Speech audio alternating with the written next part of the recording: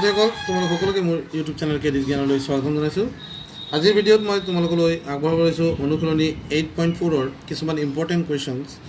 গোটেইখিনি প্ৰশ্ন উত্তৰ কৰাটো সম্ভৱ নহয় আৰু বা গোটেইখিনিও ইম্পৰ্টেণ্ট নহয়, যিখিনি দৰকাৰী সেইখিনিয়ে মই তোমালোকৰ লগত আলোচনা কৰিম।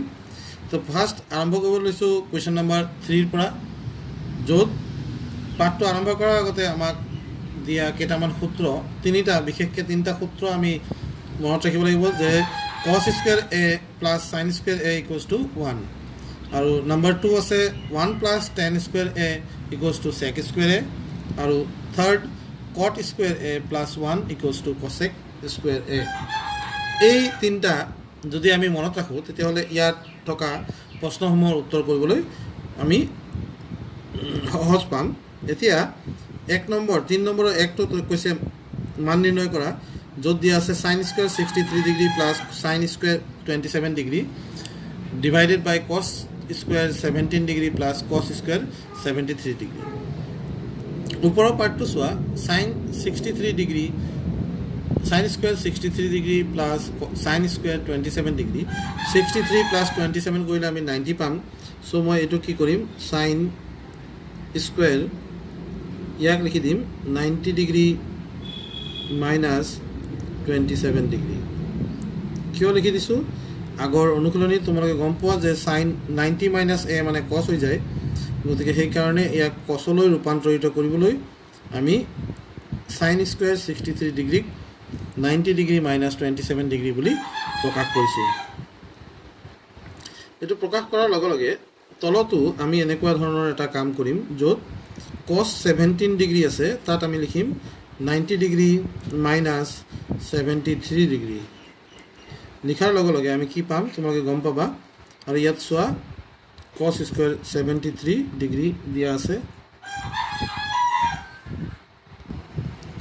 এতিয়া sin স্কুৱেৰ 90 ডিগ্ৰী মাইনাছ 27 ইয়াৰ সলনি আমি লিখিব পাৰোঁ cos স্কুৱেৰ 27 ডিগ্ৰী, আৰু ইয়াত আমি পাইছোঁ sin স্কুৱেৰ 27 ডিগ্ৰী। যেনেকৈ আছে আমি লিখি ল'লোঁ এনেকেই।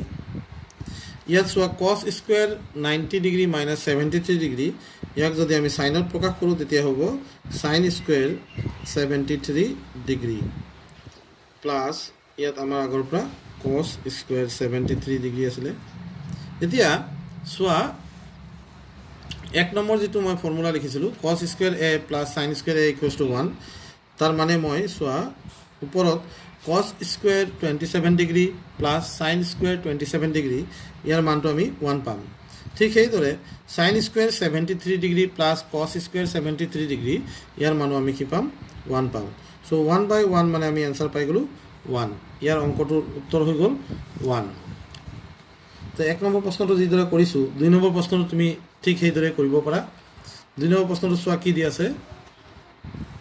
2 নম্বৰ দিছে sin 25 ডিগ্ৰী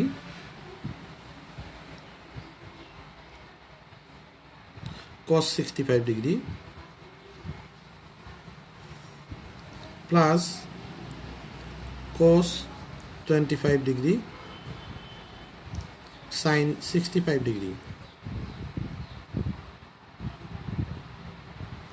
এতিয়া যিকোনো এটা চোৱা 25 প্লাছ 65 ইয়াৰ মানে 90 পাম। চ' এই দুটাৰ ভিতৰত যিকোনো এটাক মই 90 ডিগ্ৰী মাইনাছ থিটাত প্ৰকাশ কৰি দিম, অৰ্থাৎ 25ক লিখিম 90 ডিগ্ৰী মাইনাছ 65 ডিগ্ৰী, আৰু এইটোক মই যেনেকৈ আছে সেনেকৈ থৈ দিম cos 65 ডিগ্ৰী বুলি লিখি দিলোঁ। প্লাছ ইয়াত চোৱা cos 25 আছে, ইয়াক মই লিখিম cos 90 ডিগ্ৰী মাইনাছ 65 ডিগ্ৰী। যদি লিখি দিওঁ তেতিয়া কি হ'ব চোৱা 90 মাইনাছ 65 মানে 25 হয়। চ' একেটা বস্তুকে মই cosত লিখিছোঁ আৰু এইফালে আমাৰ sin 65 আছে।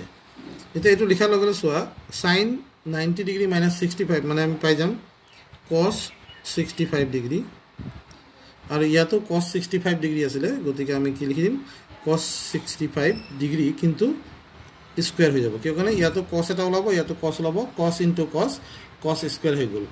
আৰু ইয়াত আমি কি পাম sin 65 ডিগ্ৰী। চ' sin 65 sin square 65 ডিগ্ৰী আমি পাই যাম cos 90 minus 65 তাৰ মানে sin 65 sin 65 into sin 65 sin square 65 আৰু আমাৰ আনসাৰটো হ'ব 1 এই আছিল কোৱেশ্চন নম্বৰ 3 ৰ 1 আৰু 2 ভিডিওটো চোৱাৰ বাবে ধন্যবাদ জনালোঁ আৰু আজিৰ ভিডিওটো ইয়াতে সামৰিলোঁ